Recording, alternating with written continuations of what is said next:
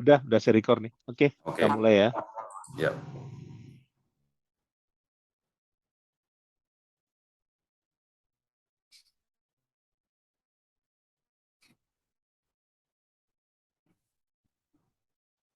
Udah muncul. Oke. Nah, ini biasanya nih, Rick, waktu kita bikin control chart, sebentar saya pindahin. Bikin control chart kan di sini, start, control chart, Ya. kita ke, tadi kita atribut p-chart ya, p-chart. Nah, di sini kan yang kita lihat reject rate-nya. Reject rate-nya, subgroup-nya adalah, Subgroup itu apa, Pak? ini subgroup ini sebentar. Oh, subgroup ini diisi satu aja. Ini cuma sebentar.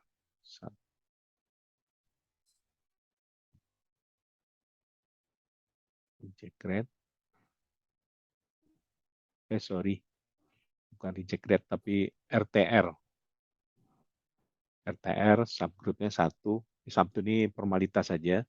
Nah, biasanya kalau setiap bikin control chart, kita option nih kita klik. Ini klik tes. Nah, ini 4-nya harus kita klik semua.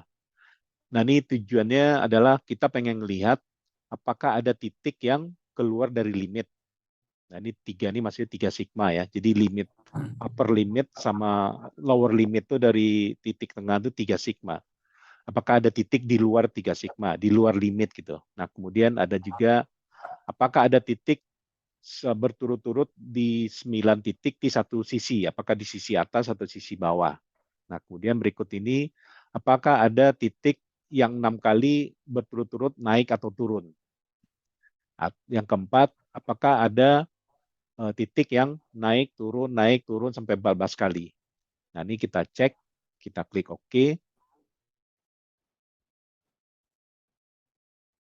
Sebentar, ini ada error. Apa nih? Start. Control chart.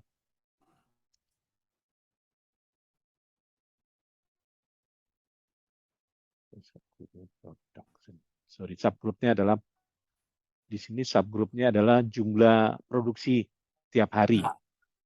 Kalau RTR ini kan jumlah reject tiap hari gitu kan. Jadi kita bandingkan antara reject sama yang diproduksi.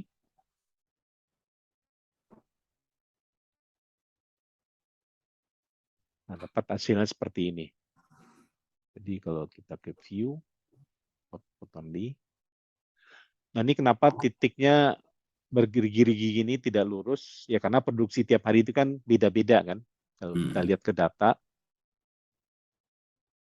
kenapa kita pakai p-chart? Ya karena produksi kita tidak konstan setiap hari gitu.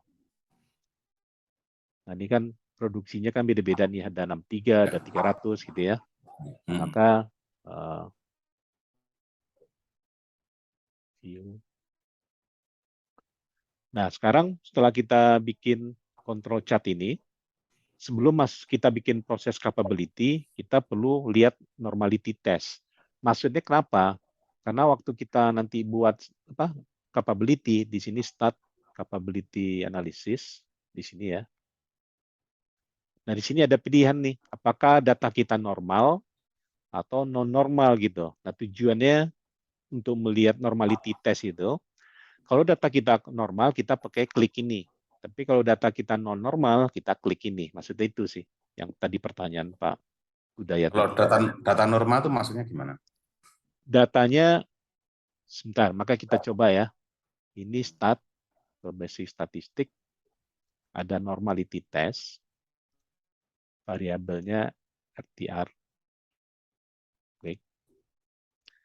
Nah, data normal sih maksudnya semuanya mendekati titik gitu. View. Nah, P-nya kecil dari 0,05. Sebentar nih kok beda ya. Statistik.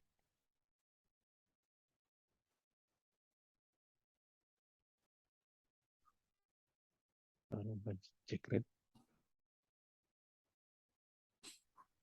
Oh, kita ke reject rate nih. Ya. Nah, karena yang kita mau lihat reject rate kan. Nah, ini dia normal karena dia seluruhnya mendekati garis lurus ini. Nah, p-value-nya besar dari 0,05, 0,74 kan. Nah, setelah kita tahu normal, baru kita bisa bikin proses capability. Kenapa? Karena kita udah tahu normal. Kalau udah tahu normal, kita ke start, kemudian ke quality tool, kemudian di sini capability analysis. Karena data kita normal, kita klik ini. Nah, di sini yang kita lihat kan reject rate ya. Subgroupnya 1. Nah, uppernya, KPI-nya kan nggak boleh lebih dari 5 kan? Ya. Nah, di sini kita tulis 0,05. Karena di datanya kan persennya jadi 0,0 gitu ya. Ya, betul. Nah, klik OK. Nah, kita dapat data tadi, proses capability.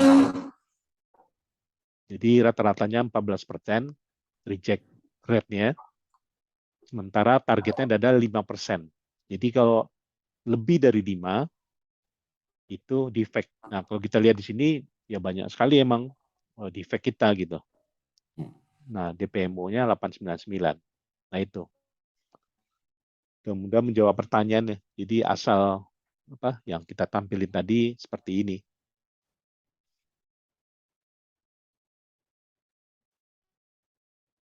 Sudah menjawab pertanyaan ya? Ya. Saya masih itu normality. Saya mau nyari jawaban kalau saya ditanya. How Nanti do you do supaya this normality test? nggak bingung, nggak usah tampilin aja nih buat kita aja. Nanti malah mempersusah gitu, nggak usah ditampilin. Karena ini terlalu akademik kan, takutnya orang kalau nggak tahu si Sigma, takutnya malah kita juga bingung menjelasinnya. Nah, jadi Kejar yang saya. ya itu nggak usah ditampilin karena di teori juga nggak ada sebenarnya. Yang penting control chart sama capability tadi. Karena itu di teori ada kan. Sebenarnya normality test itu untuk memastikan bahwa sampel yang akan kita tes itu terdistribusi secara normal gitu. Betul. Ya, terdistribusi secara normal. Ini kan terlihat tadi dari ini kan. Ya. Dia semuanya mendekati garis. Untuk mengatakan bahwa probability test normality test itu kalau p value-nya itu maksimum 0,5 kalau nggak salah. Ya, 0,05. 0,05. Kalau besar dari itu berarti normal dia. Tapi kalau kecil dia nggak normal. Kalau nggak normal biasanya dia titik ini jauh dari garis ini. Jauh. Ya. Ya, dia semakin mendekati garis normality test. Ya. Garis normality dia akan bagus. Kalau menjauh itu berarti nggak bagus pada ini secara pemahamannya kemarin. Ya, betul seperti itu. Oke. Ini saya coba saya masukkan ke nanti saya tetap perlu mempelajari ini Pak ya. Saya masukkan ke tesis dengan narasi dan ada kurang pemahaman saya ini lagi kita zoom lagi. Ya. Nanti data yang lagi dikumpulin data apa itu? Yang lagi saya ambil data survei. Jadi survei setiap minggu itu menemukan apa? Yang saya tahu kemarin itu survei tiap minggu itu menemukan ini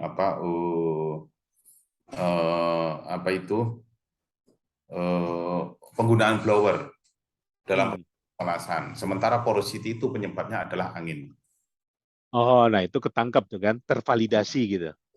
Sebenarnya bayangan saya ada, cuman saya harus secara akademis gitu aja. Iya betul. Nah kalau dari tadi kan dari hasil Pareto kita udah tahu tuh. Nah kemudian ada lagi hasil survei, ada blower tadi. Dari saya tanya lagi kenapa pakai blower? Panas Pak. Itu. Stoknya terlalu pendek. Iya. Tapi itu mengakibatkan defect kan? Waktu itu akhirnya saya saya cuman udah saya akhir proyek reduce itu karena saya dapat komplain dari klien. Iya. Workshopnya saya minta dipindah. Jadi cari solusi. Gimana caranya? Ada satu sisi yang perlu kita analisis juga dari sisi harga, karena kita kan reduce rework kan. Ya. Reduce rework yang paling mahal itu sebenarnya diameter yang di atas 6 in. Karena waktunya lama, kebutuhan untuk pengujiannya lama, terus dia ada multi cycle testing yang sangat mahal. Tapi saya coba nanti saya jawab ini dari sisi kalau cost sebenarnya ukurannya itu die in. Semakin banyak die in itu akan semakin besar cost-nya. Nah, sementara die in yang ada di sini yang paling banyak kan yang 2 in, kalau dikumulatifkan kan. Yeah. Enggak, itu bisa juga. Ini data saya buka lagi ya. Karena Pak Udaya yang lebih tahu. Saya kan cuma berdasarkan data saja. Betul. Nah, saya lihat tadi yang 6 in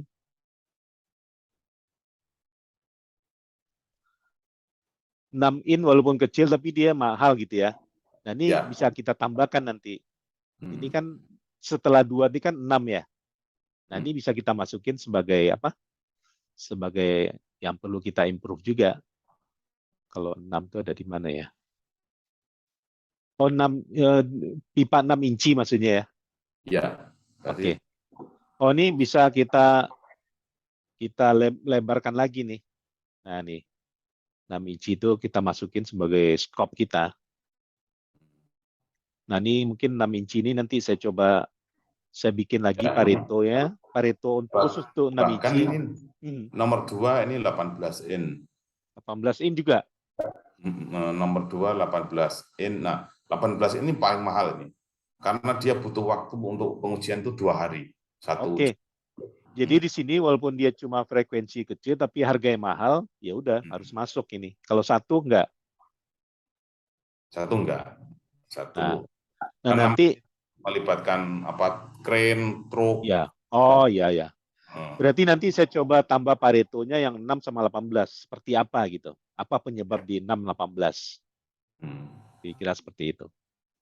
Nah, ini ya jadi tambahan juga karena saya nggak tahu kan. Yang saya tahu kan ngolah data aja dari sini. Berarti nanti saya tambahkan scope kita nanti akan masuk juga yang 6 sama 18 inci ya. Nanti akan ada informasi tambahan lagi kalau kita bikin Paretonya lebih dalam gitu. Jadi yang mahal itu 6 ke atas. Jadi 6, 8, 10, 12, 18. Itu yang paling mahal. Oh, di atas 6 ya. Iya. Karena dia sudah membutuhkan alat berat, terus membutuhkan alat Oh iya, dia besar ya. Betul. Kalau 2 in kan bisa saya panggil sendiri ibaratnya. Iya. Iya. Nanti saya coba lihat yang 8, 10, 12 nih, walaupun frekuensinya ini cukup tinggi juga nih frekuensi. Nanti saya lihat lah. Ini saya coba. Ya, karena walaupun dia frekuensi ini, tapi cost rework-nya tinggi gitu kan. Nah, ini mungkin saya direkomendasi. Iya, betul. Saya buat narasi, even yang 12 in itu frekuensinya lebih rendah daripada yang 2 in, tapi during cost kita perlu seperti itu. Oke.